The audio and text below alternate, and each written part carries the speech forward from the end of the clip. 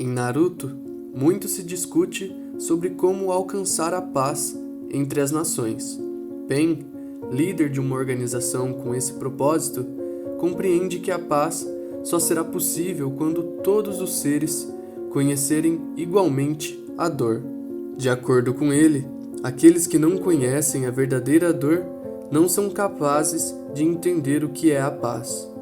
Nesse sentido, o seu projeto de harmonia entre os homens pressupõe a geração de sofrimento constante, e a sua organização é quem deteria o poder para causar essa dor, que efetivamente garantiria que os homens, de tempos em tempos, entendessem o valor da paz e não mais gerassem conflitos. Mas será que a paz não poderia ser obtida de uma outra forma? ここより世界に痛みを神羅転生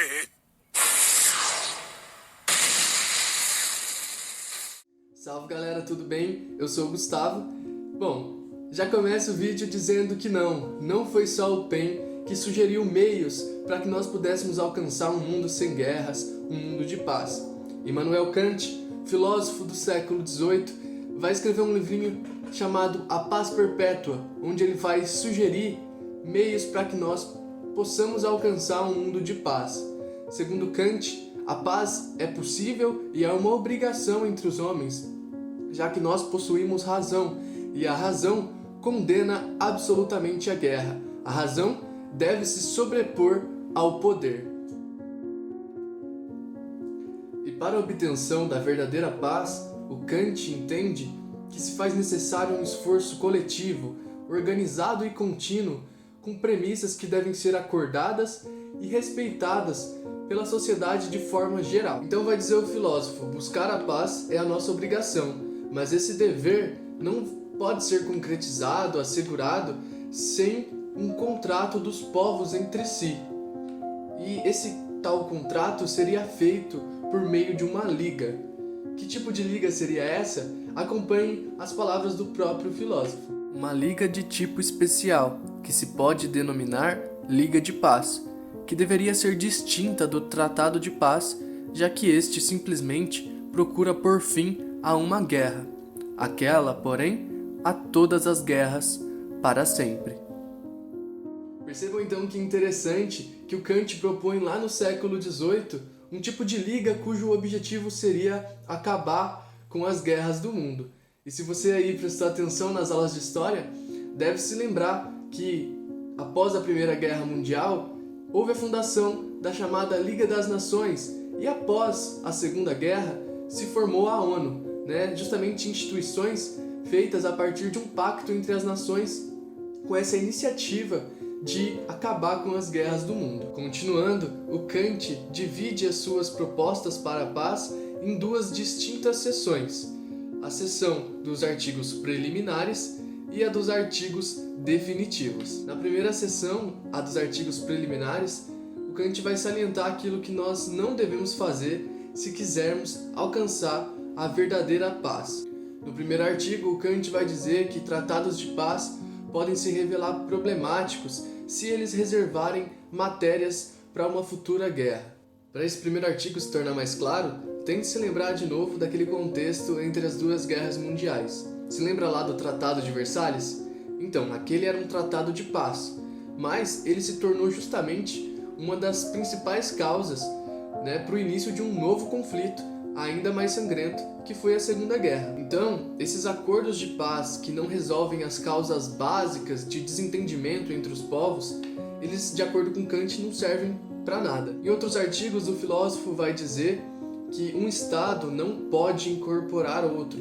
Isso porque os povos têm autonomia e não podem ser submetidos à vontade de outros. Isso significa, entre outras coisas, que não pode ser lícita a intromissão de um Estado nos assuntos internos de outro, porque isso vai representar um desrespeito à autonomia e à liberdade dos povos e, eventualmente, vai trazer guerras. Na sequência, o Kant sustenta que os exércitos permanentes devem desaparecer completamente. Ele vai dizer que o custo de um exército permanente é muito alto tornando a paz mais onerosa do que a própria guerra. Além disso, o Kant entende que a instrumentalização das pessoas por parte do Estado não é uma coisa boa, né? Isso significa, no final das contas, a morte de pessoas por objetivos que, por vezes, nem são os seus de fato. Bom, pessoal, então dessa primeira sessão eu tentei apenas sintetizar e unir alguns dos pontos levantados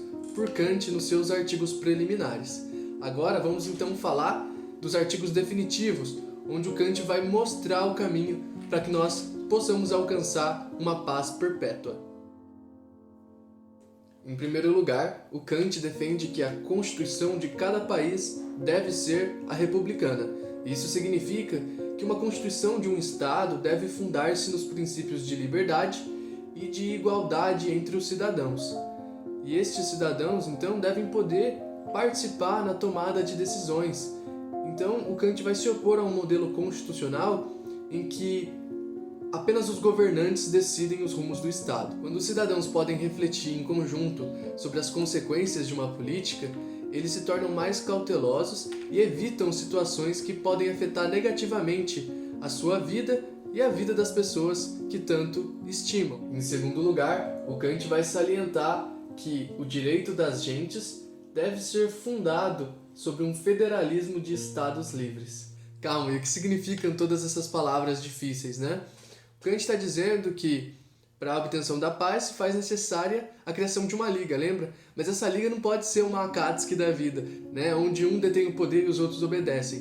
Não, tem que haver um contrato entre nações livres e nenhuma pode se sobrepor à outra. Cada povo, cada estado deveria então conservar a sua individualidade, congregando esforços no objetivo comum de manter a paz, já que seria um contrato mútuo, né? Onde a razão deveria falar mais alto do que o poder de um ou de outro. Kant, portanto, vai assinalar que a paz perpétua deve ser entendida como um processo onde a razão tem um papel fundamental.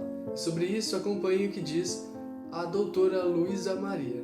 O processo de construção da paz perpétua exige um investimento no cultivo da razão, tanto individualmente, de cada cidadão, quanto coletivamente, de um povo e dos povos. É dessa educação que depende a sobrevivência da humanidade, a preservação do meio ambiente e a felicidade do ser humano.